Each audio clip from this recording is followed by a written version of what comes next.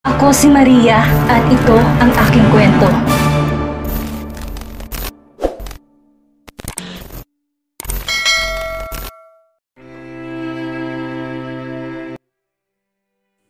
Ana POV. Siguraduhin mo lang na ako lang ang mahal mo dahil kung hindi ay, ikaw lang talaga love. Wala nang iba, sabi niya sa akin. Dapat lang, alam ko na naging kayo ng mommy ni Tin at sinasabi pa ng iba na siya ang first love mo. Pero sana kahit pa siyang first love mo, ay ako nang huli. Siguro nga hindi akong una sa puso mo pero dahil lang sabi mo na mahal mo ako, ay panindigan mo ko hanggang sa dulo. Sabi ko sa kanya. Tama ka, hindi ikaw ang unang babae na minahal ko pero lagi mong tatandaan na ikaw ang huling mamahalin ko. Ano man ang marinig mo na sabihin ng iba ay hayaan mo sila. Sa akin ka lang maniwala dahil akong magsasabi sa'yo na mahal kita. Magkakaroon tayo ng sarili nating anak kaya wala nang dahilan para maghanap ako ng iba dahil ikaw lang sapat na sa akin. Nakangiti na sabi niya tinalikan niya ako sa labi. Mabilis naman akong tumugon sa halik na ibinigay niya sa akin. At nang maghiwalay ang mga labi namin inapangiti kami sa isa't isa. Panghahawakan kong sinabi mo para sa pamilya at pagsasama nating dalawa. Sabi ko sa kanya. I love you, sabay naming samit na dalawa. Alam ko na pagod ka kaya magpahinga na muna tayo. Gusto kong matulog na kayakap ka love, sabi niya sa akin. Tama ka, bigla na lang ako napagod. Pahinga na muna tayo para mamayang gabi ay may energy tayong dalawa, sabi niya sa akin.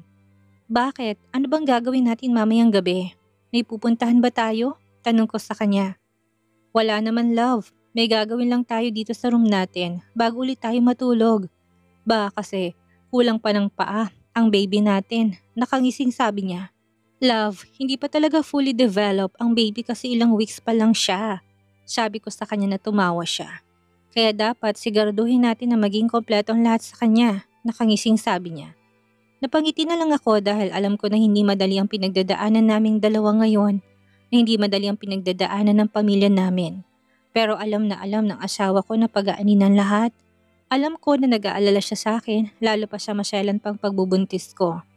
Sabi ni Doc ay ganito daw dahil nasa first trimester pa lang ang pagbubuntis ko. Gusto ko ring alagaan ang sarili ko para naman maging healthy ang anak namin. Gusto ko na malusog kaming dalawa. Alam ko na hindi ito magiging madali pero sisikapin ko talaga na maging okay ang lahat. Humiga na kaming dalawa ng asawa ko. Nakahiga ako sa braso niya habang nakayakap sa kanya. Ilang sandali pa ay narinig ko na siyang humihilik ng mahina habang siya ay nakatulog na agad. Ako naman tong hindi dalawin ng antok na natili lang akong nakayakap sa asawa ko. Sabi ko kanina ay ayaw kong isipin ng tungkol kay Tin pero hindi ko naman maiwasan. Dahan-dahan akong bumangon at kinuha kong laptop ko. Nagsimula akong mag-search ng tungkol sa case niya. Nagbasa ako ng mga article. Nakita ko na kahit pa umalis ang nanay, ay may karapatan pa rin ito dahil siya ang biological mother. Mas lalo akong nalungkot dahil ngayon pa lang, nakasama pa namin si Tina hindi ko yata kaya kapag bigla na lang siyang kinuha sa amin. Mahal ko na siya. Minahal ko na siya na parang anak ko kaya talagang mahirap para sa akin na tanggapin na ganitong mangyayari. Pero tulad ng sabi ng asawa ko, ay gagawin niyang lahat para maging buo kami. Pinunasan kong luha ko dahil bigla na lang akong umiyak. Kahit kasi hindi naman kailangan, ay umiiyak na lang akong bigla. Ganito talaga dahil buntis ako kaya naging emotional na rin talaga ako. Apektado na talaga ako sa pagbabalik ng mommy niya. Aaminin ko na tamang sinabi ng mga babae noong party na maganda ang mommy ni Tin. Sa totoo lang ay sobrang ganda niya. Kahit pa light lang ang makeup na gamit niya ay litaw na litaw ang kagandahan niya na parang sa Miss Universe. Matangkad din siya kaya para talaga siyang beauty queen. Kung sa mukha lang, sa physical appearance pa lang ay wala talaga akong laban sa kanya. Aaminin ko naman na talagang plain ang mukha ko. Ang mukha ko naman ay pangkaraniwan at wala namang special sa akin. Palagi ako nakakarinig ng papuri mula sa iba na maganda ako pero iba pa rin talaga kapag sa tunay na maganda ako itatabi. Mas lalo akong hindi napapansin. Ana, tama na. Hindi maganda para sa yung ganito ka. Para kang insecure, hindi ka dapat ganito mag-isip. Saway ko sa sarili ko. Mahal ka ng asawa mo. Dapat magtiwala ka sa salita niya. Matinong taong asawa ko at mahalaga para sa kanyang pamilya namin. Tama, dapat sa kanya lang ako makikinig at magtitiwala. Kumbinsi ko sa sarili ko. Kumuha ako ng steamy eye mask para makatulog ako. Gusto ko ito dahil mainit siya sa mata at nakakatulog ka agad ako. Kailangan ko ng matulog para naman maiwasan kong mga hindi maganda. Humiga ulit ako sa tabi ng asawa ko at yumakap ako ulit sa kanya. Nagising ako na ako na lang ang nandito sa kama namin. Bumangon ako at bumaba. Habang pababa ako sa may hagdan ay nakita kong asawa ko at si Mommy na nakaupo sa may sofa.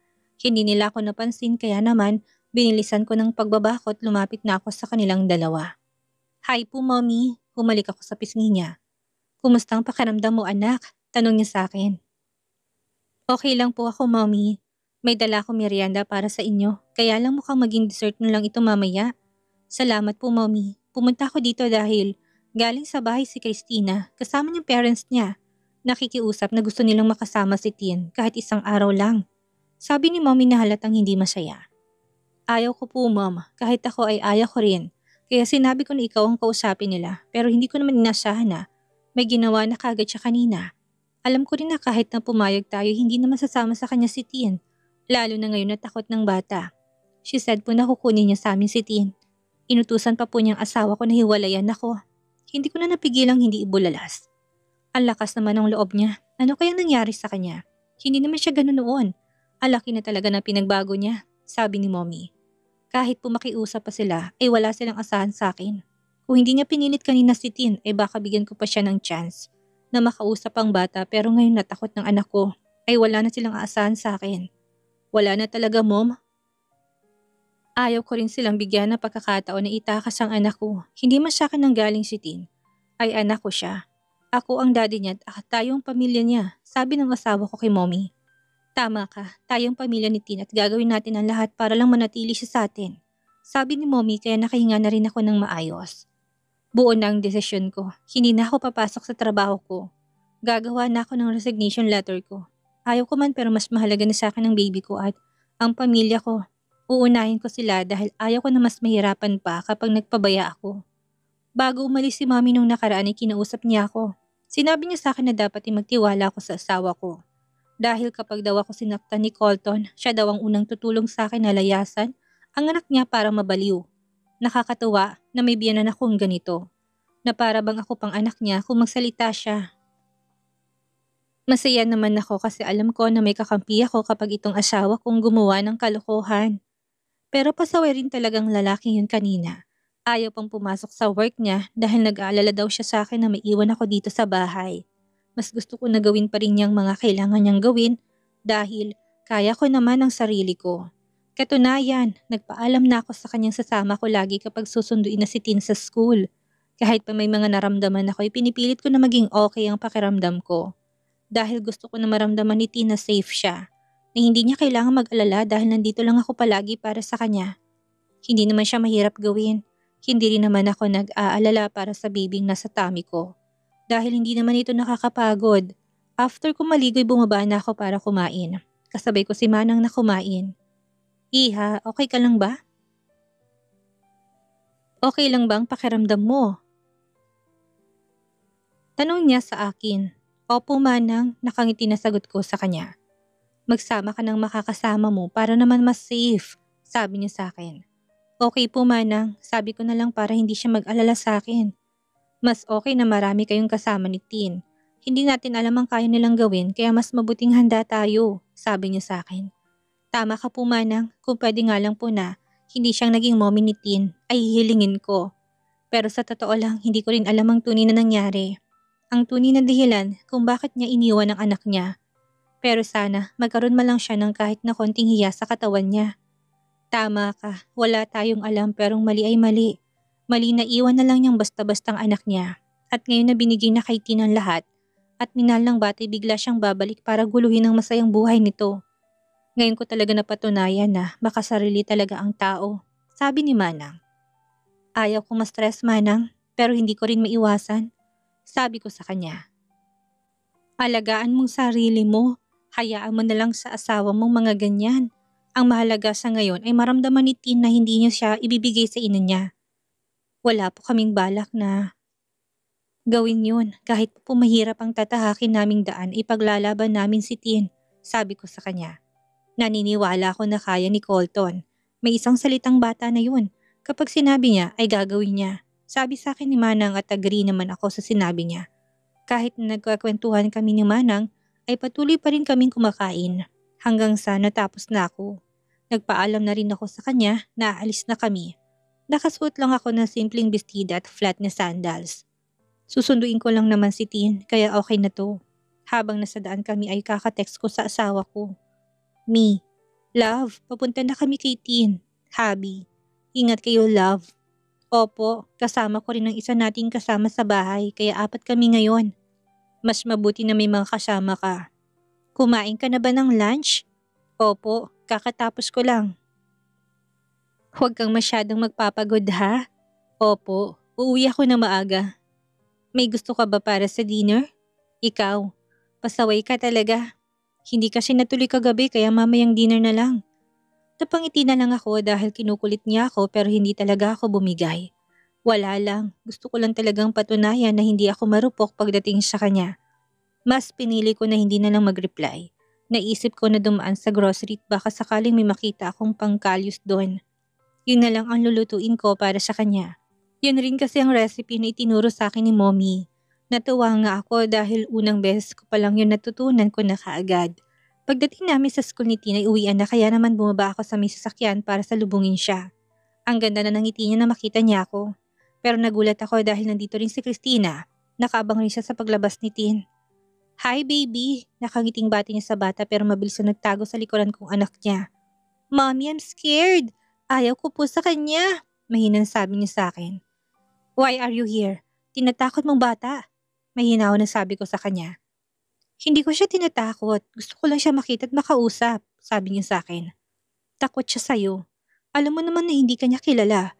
Paano niya ako makikilala? Kung ayaw niyo naman, sabi niya sa akin at tinarayan pa talaga niya ako. Paano kami magtitiwala sa'yo kung sa unang araw ng pagbabalik mo ay sinira mo na kaagad? Kung hindi mo siya sa pilitang kinuha dito kahapon ay baka nabigyan ka pa namin ng pagkakataon na makilala ng maayos ang anak mo, sabi ko sa kanya. Gusto ko lang naman, ikaw ang umalis kaya hintayin mo rin kung kailan ka gustong kausapin ng anak mo. Hindi namin naalisin ang karapatan mo dahil talaga namang ikaw ang mommy niya. Pero sana dahil ikaw ang umalis ay matuto ka rin sanang maghintay at makipag-usap sa amin ng maayos. Kukunin ko siya sa inyo dahil akin naman talaga siya. Hindi isang bagay ang anak mo na kapag ayaw mo ay tatapon mo at kapag gusto mo na ay kukunin mo ulit. Tao siya at naiintindihan niyang nangyayari sa paligid niya. Dahil matalinong bata si Tin, huwag mo kaming pagbantang kukunin mo siya dahil ipaglalaban namin siya. Sabi ko sa kanya at mabilis kong hinila si Tin para sumakay sa sasakyan. Mabuti na lang talaga hindi na siya naging mapilit pa kaya nakaalis kami ng maayos sa school. Mommy, ayaw ko na pong pumasok sa school. Ayaw ko na pong makita siya tuwing pauwi na ako. Biglang sambit ni Tin ay kinagulat ko. Baby, yan bang gusto mo? Tanong ko sa kanya. Kasi po, mommy, natatakot po ako sa kanya. Sagot niya sa akin. Hindi mo kailangan matakot sa kanya. Nandito ako palagi pa. Alam ko po, pero mas gusto ko po na sa bahay na lang po ako. Pwede naman po ko na mag-homeschooling, mommy, hindi ba? Sa bahay na lang po ako mag-school. Tanong niya sa akin at sa tingin ko ay seryoso talaga siya sa sinasabi niya. Pwede naman, baby. Kakausapin natin ang daddy mo kung yan ang talagang nais mo. Nakangiti na sabi ko sa kanya. Kung ako kasi ang tatanungin, ay okay lang talaga na makihalubilo siya sa ibang mga bata. Pero kung talagang mahirap nito para sa kanya ngayon ay kailangan ko nang tanggapin. Alam ko na binabalot talaga ang puso niya ng takot. Ang takot na nararamdaman naming lahat. Sorry po, mommy. Alam ko pong mahirap po to para sa inyo ni daddy. Dapat po happy ka lang lagi dahil praggy ka pero dahil sa akin puro problems na lang po ang... Baby, don't say that. Wala kang kasalanan. Hindi mo kasalanan kaya huwag kang mag-isip ng ganyan. Happy naman si mommy. Hindi naman ako sad. Always remember pa na ipagtatanggol kita sa kahit na kanino. Gusto ko naman nakausapin si Tin at gawing maganda sa mga mata niyang mommy niya. Pero hindi ko magawa. Mas pinapangunahan ako ng takot ko na baka tuluyan siyang mawala sa amin. Gusto ko na hindi sana siya magkaroon ng galit sa puso niya sa mommy niya. Gusto kong bigyan ng chance ang mommy niya na magpakananay sa kanya. Pero siguro, hindi pa sa ngayon. Alam ko na mangyayari yon, hindi naman sa ngayon. Pero alam ko na soon, kapag naging maayos ang lahat. Dumaan na muna kami sa grocery. Alam ko na matamlay si Tin pero sinisikap ko na pasayahin siya. Tinatanong ko siya kung may mga gusto siyang gawin pero laging wala siyang gusto. Mas pinili ko na rin na tumigil sa pagtatanong dahil baka mairita na siya sa akin. Nang mabili na namin ang lahat ng kailangan ay umuwi na kami. Pagdating namin sa bahay ay niyaya ko siyang kumain pero ayaw niya. Kahit kanina ay tinatanong ko siya kung may gusto ba siya pero wala lagi ang sagot niya. Hinayaan ko na lang siya dahil baka mamaya umiyak pa. Ako naman ay nagsimula na magluto. Dahil anong oras na rin. Habang busy ako sa paghiwa ng mga sangkap ay may bigla na lang yumakap sa akin. Hindi ko malang namalayan na dumating na pala siya. Dahil sa naging focus ako dito sa ginagawa ko ay hindi ko napansin. Kumusta ang misis ko? Malambing na tanong niya sa akin. Okay na okay po ang misis mo pero ang anak natin hindi siya okay. Why? What happened? Nasa school rin kaninang ex mo kaya natakot sa kanya si Tin at ngayon ayaw na niyang pumasok sa school. Natatakot na raw siya na baka lagi niyang makita si Christina doon. Sabi ko sa kanya. Akyat muna ako sa taas, love. Kakausapin ko muna ang anak natin. Sabi niya sa akin. Sige, mas mabuti na kausapin mo siya dahil kayong dalawa ang dapat na mag-usap. Nakangiti na sabi ko sa kanya. Okay, love. Sabi niya bago siya umalis ay hinalikan niya na muna ako sa noo. Napangiti na lang ako dahil ang lambing talaga ng asawa ko. Ako naman ay pinagpatuloy ko ang ginawa ko at hinayaan ko na lang sila dahil kailangan nilang mag-usap na dalawa. Walang gana si Tina kumain kaya nahirapan kami pilitin siya. Uminom lang siya ng milk bago siya natulog. Kahit pa nag-usap na sila ni Colton ay talagang wala siyang gana. Malungkot at apektado talaga siya. Kaya naman napag-usapan na lang namin na mag-asawa na mag-homeschooling na lang si Tin. Sana'y maging okay na kapag dito na lang siya sa bahay. Alam ko na magiging malungkot siya dahil mamimiss niya mga naging friends niya doon. Pero para rin ito sa kanya dahil ito na rin naman ang gusto niya. Kahit pa mahirap ang sitwasyon na meron tayo ngayon, hindi ko pinagsisisihan na inalagaan ko at minahal ko si Tin. Bilang tunay kong anak, sabi niya sa akin. Alam ko na minahal mo talaga siya bilang anak mo, kaya alam ko na hindi rin tumadali sa'yo. Pero alam ko na magiging maayos din ang lahat. Nabigla lang tayong lahat sa bigla niyang pagbabalik, sabi ko sa asawa ko. Tama ka, love, nabigla lang tayong lahat. Kaya natin to. Ang dapat nating gawin ay patunayan na buo tayo. Na buo ang pamilya natin. Thank you, love. Alam ko na dapat talaga masaya lang tayo, pero may mga biglang nagiging problema. Sabi niya sa akin. Ganun talaga ang buhay. Hindi naman pwedeng masaya lang lagi. May times talaga na malulungkot tayo at mahihirapan tayo. Pero ang mahalaga kahit pag-aanong kahirap ang lahat ay magkasama natin itong haharapin. Mahal kita. Mahal ko kayo ni Tin. Kaya isang pamilya natin itong haharapin. Hindi to panghabang buhay na problema. Nakangiti na sabi ko sa kanya. Niyakap niya ako at ganun din ako sa kanya. Hanggang sa bumigat na ang talukap ng mga mata ko. Habang inaayos pang lahat para sa homeschooling ni Tin, ay sinasamahan ko siya lagi sa school niya. Ako ang nagbabantay sa kanya. Mabuti na lang at hindi na nagpakita si Christina sa amin. Lalo na sa anak niya, after ng class ay umuwi rin kami kaagad. Napansin ko na naging sobrang tahimik na talaga si Tin ngayon. Hindi na siya tulad ng dati na mahilig magkwento ng mga nangyayari sa kanya sa school. Ngayon ay lagi na lang siyang nakatulala at nakatingin sa labas. Baby, may gusto ka bang gawin? May gusto ka bang puntahan? Pwede tayong mamasyal kung gusto mo, sabi ko sa kanya. I'm good po, mommy. Baby, miss ko ng baby ko. Miss ko na si Ate Tin, sabi ko sa kanya. I miss myself too, mom. Pero kapag po inisip ko na magiging happy, natatakot ako dahil baka yun na po ang last. Baka po hindi na ako maging happy sa susunod. Sabi niya sa akin, baby, hindi ka dapat nag-iisip ng ganyan. Hindi yan nakakatulong sa'yo. Mas pinapahirapan mo lang ang sarili mo. No, mom. I think po dapat hindi na lang ako pinalaki ni daddy para hindi siya nahihirapan. Para hindi kayo nahihirapan sa akin, sabi niya sa akin. Ako naman tong nakatingin lang sa kanya. Sa tingin ko, kailangan na naming mag-seek ng tulong mula sa professionals bago pa lumala ang lahat. Mas lalo siyang nagiging malungkot na para bang wala na siyang emosyon palagi. Ang tanging ginawa ko na lang ay niyakap ko siya. Iparamdam sa kanya na sa laban ito ay hindi siya nag-iisa. Nakasama niya ako. Ayaw ko maramdaman niya na totally mag-isa siya. Gusto ko naman siyang pasayahin. Gusto kong gawin ang lahat ng makakaya ko para lang maging okay siya. Pero nalulungkot ako dahil feeling ko ay useless na rin ako. Wala akong magawa para sa kanya, na kahit pasubukan ko ay failed din ako palagi. Nakatulog na naman siya sa sakyan habang nakayakap sa akin. Medyo gumaan na rin siya dahil pumayat siya. Kaunti na lang kasi ang kinakain niya palagi. Talagang nawalan siya ng gana sa pagkain. Lagi na lang siyang tulog. Pagdating namin sa bahay, binuhat siya ng driver. Ako naman ay pumasok na sa room namin ng asawa ko. Humiga agad ako sa kama namin dahil ang bigat ng pakiramdam ko. Nahihirapan rin talaga ako sa mga nangyayari ngayon. Pinipilit ko maging matapang pero ewan ko ba. Feeling ko napapagod na rin talaga ako. Sobrang nakakapagod ang araw na to para sa akin at kailangan ko na muna ng pahinga. Hindi ko na lang muna ipipilit ang mga bagay na imposible sa ngayon. Lumipas ang mga araw na para bang wala ng kulay ang bahay namin. Alam ko na ginagawa ng asawa kong lahat para mapasaya kami pero iba pa rin kapag ako na lang mag-isa dito sa bahay. I mean, kapag dito ako sa loob ng room namin, nagsimula na rin ang class ni Tin kaya hinayaan ko na sila ng teacher niya dahil kailangan niya mag-focus sa study niya. Mabuti naman at okay na siya. 2 days na rin siyang homeschooling.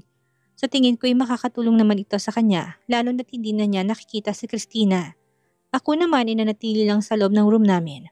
Hinintay na matapos ang klase niya.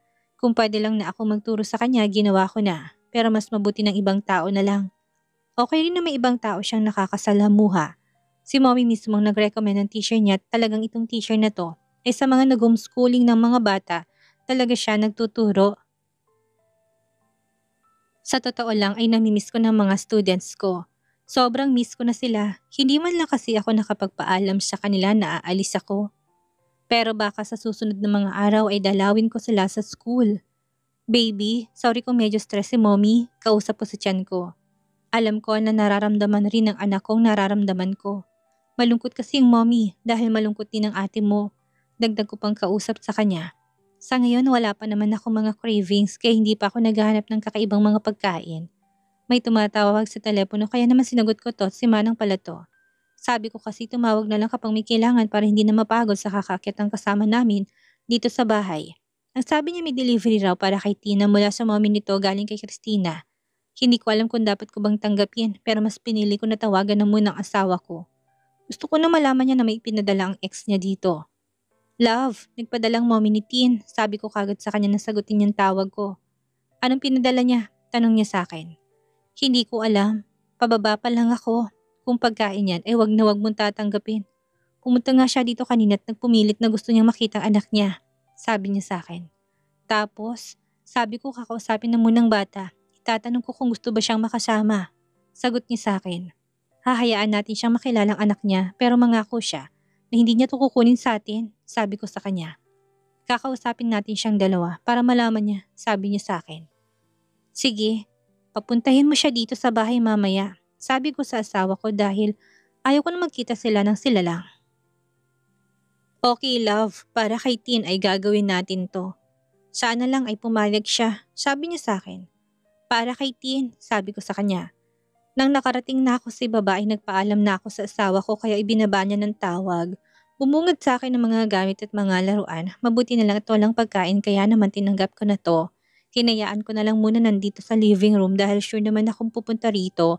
Mamaya ang mommy ni Tin. Ako ang mommy niya pero si Christina ang tunay niyang ina. Masaya rin sigurong maraming mommy. Kaya sana maging maayos ng lahat ng ito dahil gusto ko na rin na talaga ng tahimik na buhay. Huwag lang siyang magbanta ulit sa amin na kukunin niyang anak namin. Pero ang lahat ng ito'y nakasalalay pa rin kay Tien. Sa kanya pa rin ang kagustuhang masusunod at hindi sa amin. Hindi ko alam kung ano ba siya oras na pupunta dito. Hindi naman dapat ako kinakabahan pero bigla na lang akong kinabahan. Marami itong mga binili niya sa mga anak niya. Manang, pupunta po dito mamaya si Christina, sabi ko sa kanya para alam niya rin. Bakit? Halatang nagtataka siya. Gusto raw po niyang makita ang anak niya, sagot ko sa kanya. Okay lang sa'yo? Tanong niya sa akin, habang nakatingin sa mga mata ko. Oo, yung totoo, talaga bang okay lang sa'yo? Tanong pa rin niya, okay lang ba talaga sa akin? Bigla ko na lang naitanong sa sarili ko.